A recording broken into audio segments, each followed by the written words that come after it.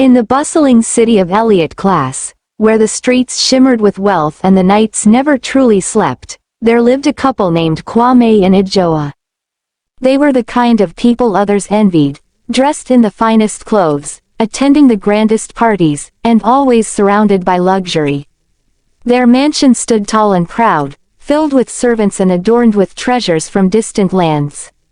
But amid all their wealth and social status, there was one treasure they neglected the most, their little son, Kojo.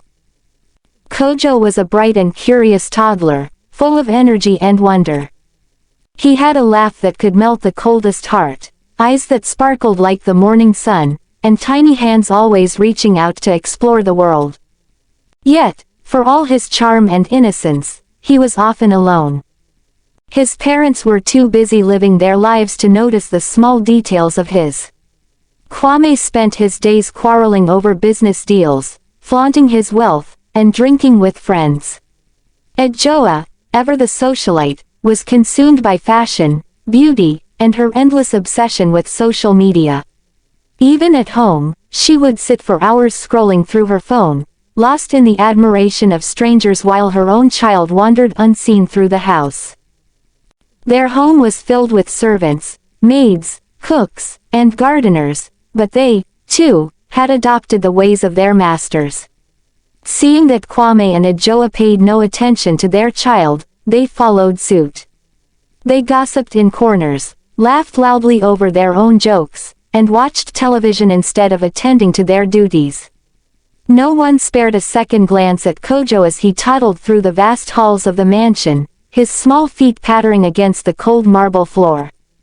One fateful afternoon, while his parents were away at a social gathering, Kojo found himself in the kitchen. The servants, as usual, were too engrossed in their chatter to notice him. His wide eyes scanned the room, searching for something interesting. That was when he spotted a small, colorful packet lying on the counter. The tiny pellets inside were bright red and blue, looking exactly like the sweets his parents sometimes bought him. His little fingers pried open the packet, and with the innocence only a child could possess, he popped a handful into his mouth. The taste was not what he expected, it was bitter and burned his tongue. He frowned but swallowed anyway. A strange feeling settled in his stomach, a deep, twisting pain that grew with every passing second. His small hands clutched his belly as he let out a soft, whimpering cry. But there was no one to hear him. The servants were too busy laughing in the sitting room, their voices drowning out his weak sobs. His vision blurred, his tiny legs wobbled, and within moments, he collapsed onto the cold kitchen floor. Hours passed before anyone noticed his absence. The house, once filled with careless laughter, suddenly fell into a haunting silence. It was one of the maids who finally discovered him, her scream piercing through the air.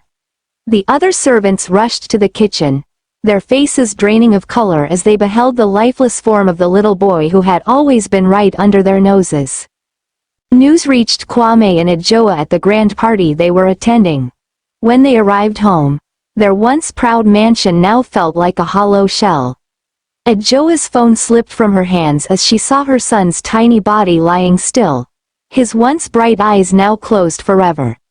Kwame, the man who never shed tears, dropped to his knees beside his child, his entire being consumed with guilt. They called the doctor, but it was too late. The poison had done its work long before anyone thought to check on Kojo. The house, once filled with music and wealth, now echoed only with the cries of parents who had lost what mattered most. Regret filled their hearts, but regret could not bring Kojo back. The servants, too, felt the weight of their carelessness. They had followed the example of their masters, and now they bore witness to the consequences. The story of Kojo spread throughout Elliott Class like wildfire. Parents whispered it to each other in hushed tones. Elders gathered children and warned them of the dangers of neglect. It was said that on quiet nights, if one listened closely, they could still hear the soft laughter of a child carried by the wind, a painful reminder of what had been lost. And so, the people of Elliott Class learned a hard truth: that riches, parties, and fame meant nothing if a child's laughter was lost in the noise. And whenever a mother or father became too distracted, too careless, a voice would always rise from the shadows, whispering a warning that no one could ignore. Parents must watch this.